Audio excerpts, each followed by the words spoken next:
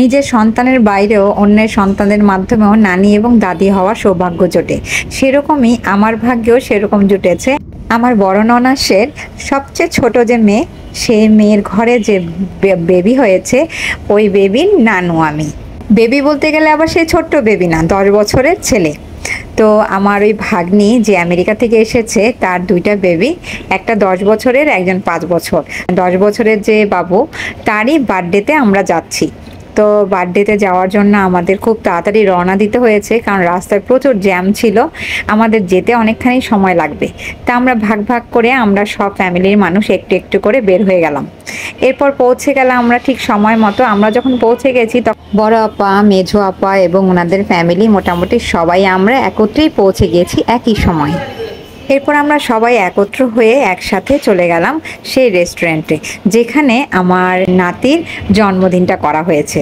আর আরেকটি কথা, এই যে রেস্টুরেন্ট দেখতে পাচ্ছেন, জিং রেস্টুরেন্ট, এটা হচ্ছে আমার যে বড় ভাগ্নি, মানে বড় ননাসের ঘরে বড় যে মেয়ে, তার হাজবেন্ডের এই রেস্টুরেন্ট।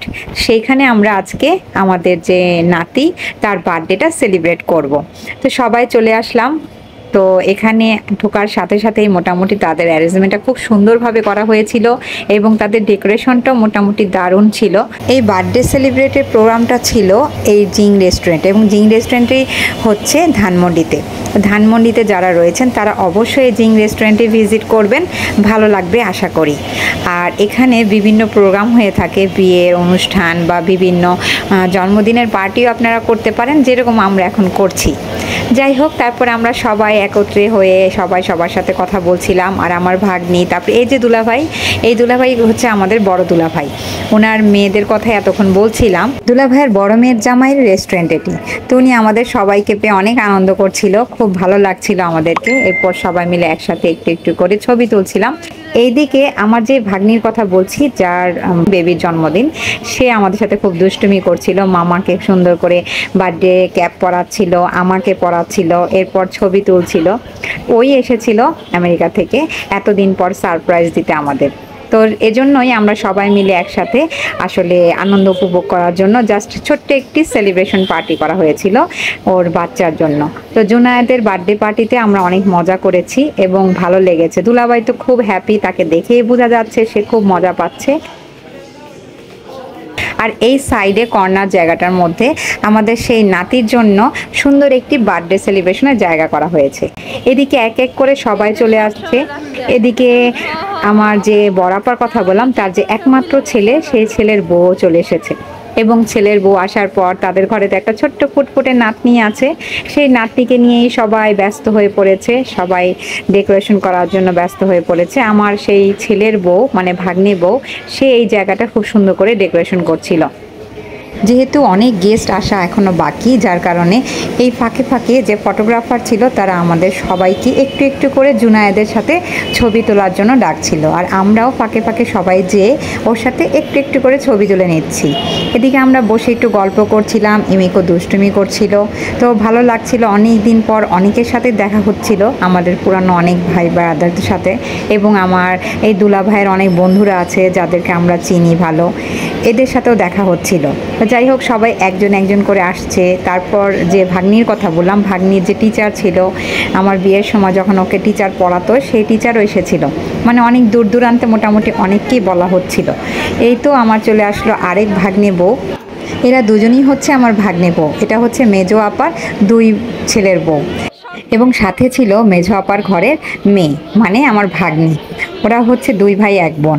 তো যাই হোক, সবাই মিলে একসাথে গল্প করছিলাম, তো মজা করছিলাম আমরা। এরকম করে আমাদের সম্পর্ক, মামি ভাগ্নি বোঝা যায় না আসলে, আমরা সবাই খুব মিলেমিশে এভাবে মজা করে থাকি সব সময়। তো যাই হোক, সবাই মিলে একসাথে অপেক্ষা করছিলাম। এরপর আর যারা যারা আসবে বাকি সবাই মোটামুটি চলে আসলে, যেহেতু রাত্র হয়ে যাচ্ছে, কেক কাটার পর্বটা শেষ করতে চাচ্ছিলাম আমরা। তো সবাই মিলে অপেক্ষা করছিলাম আমার শাশুড়ির জন্য। তো সে চলে আসলেই মোটামুটি আমাদের কেক কাটা শুরু হয়ে যাবে। এদিকে কেক এনে এবং ডেকোরেশনটা সম্পূর্ণ করা হচ্ছিল, যাতে এই জায়গাটার কাজটা শেষ হয়ে যাক। রাস্তায় অনেক জ্যাম থাকাতে অনেকেরই আসতে একটু দেরি হচ্ছিল, যার কারণে আমরা আসলে বেশিক্ষণ অপেক্ষা করছিলাম। তো যাই হোক, আস্তে আস্তে আমার শাশুড়িও চলে আসলো। তার জন্যই শেষ অপেক্ষাটা করা হচ্ছিল। এরপর আমরা সবাই মিলে একসাথে কেক কাটবো। এদিকে সবাই মিলে একটা আনন্দঘন পরিবেশ, সবাই যার যার মতো ঘুরছে ফিরছে মজা করছে। এই তো আস্তে আস্তে আমার শাশুড়ি চলে আসলো, এরপর আমার বাকি দেবরের বউরা চলে এসেছে, বাচ্চারাও চলে এসেছে, মোটামুটি সবার আসা শেষ। এখন আমরা কেক কাটবো। তো যাই হোক, আমার শাশুড়ি যেহেতু জার্নি করে এসেছে যার কারণে তাকে একটু রেস্ট দিতে দেওয়া হচ্ছে। কেকের যে জায়গাটা সেই জায়গাটার মধ্যে সব বাচ্চাদেরকে একত্রে দাঁড়া করাবো এখন, তারপর সবাই মিলে একসাথে আমরা কেক কাটবো।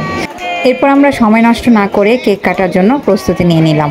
সবাই মোটামুটি ওর সাথে ছবি তোলার পর্ব শেষ হলে ওর নানা নানি সবাই একসাথে এখানে বসে কেক কাটা শুরু করলো এবং কেক কেটে অনুষ্ঠানটা সম্পূর্ণভাবে শেষ করলো।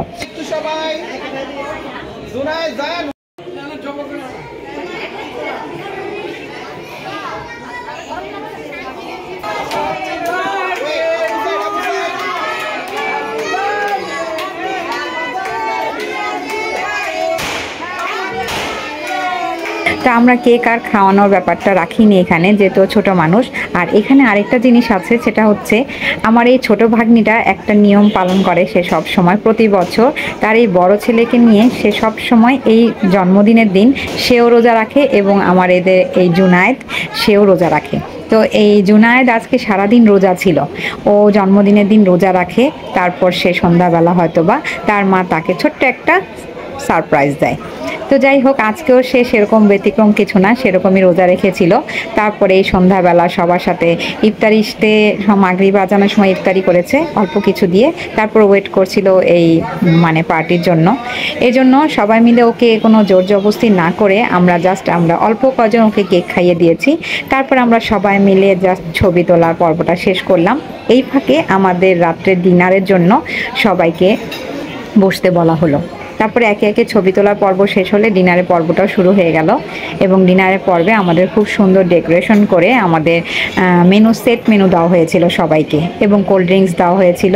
খুব সুন্দর করে সেট মেনুটা সাজানো হয়েছিল, খুব সুন্দর করে বাচ্চাদের আইটেমও ছিল এর সাথে।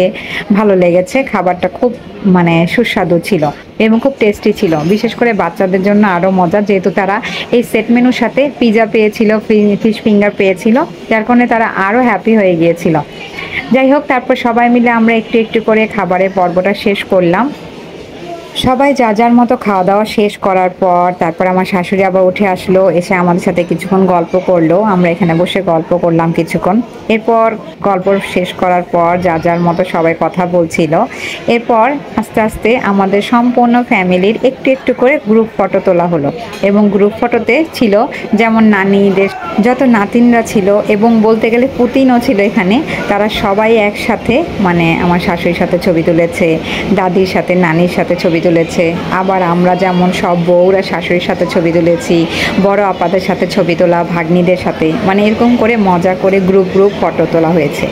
সেগুলো পর্ব শেষ করার পরে তারপরে আমরা অনেকক্ষণ গল্প করলাম, খুব মজা করলাম সবাই মিলে। এক এক করে মোটামুটি অনেকেই চলে গিয়েছে প্রথম দিকে, শেষ দিকে আমরা অনেকেই ছিলাম। সেই সময়টাতে আমাদের যে ছবিগুলো তোলা হয়ে গেল, তোলা হয়ে যাওয়ার পর আমরা অনেকক্ষণ আড্ডা দিলাম একসাথে, গল্প করে অনেকখানি রাত্র হয়ে গিয়েছিল।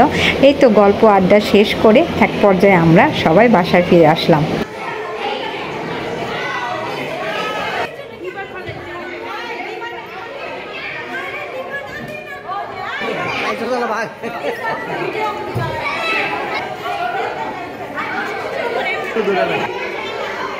এই তো ছিল আমাদের জুনায়েদের ছোট্ট একটি বার্থডে সেলিব্রেশন পার্টি। আমাদের তো অনেক ভালো লেগেছে। আপনাদের কেমন লেগেছে? এতক্ষণ সঙ্গে থাকার জন্য অনেক অনেক ধন্যবাদ। আর যদি রেস্টুরেন্টটি ভালো লেগে থাকে আর ভিজিট করতে চান, অবশ্যই যে অ্যাড্রেসটি দেওয়া আছে সেই অনুযায়ী চলে যাবেন। আর অবশ্যই আশা করি ভালো লাগবে আপনাদের। রেস্টুরেন্টটির ডেকোরেশনও অনেক সুন্দর, খাবারের আইটেমও খুব ভালো, আপনাদের কাছে আশা করি ভালো লাগবে। এই তো আজকে এই পর্যন্তই, ভালো লাগলো। সঙ্গে থাকার জন্য অনেক অনেক ধন্যবাদ সবাইকে। খোদা হাফেজ, আসসালামু আলাইকুম।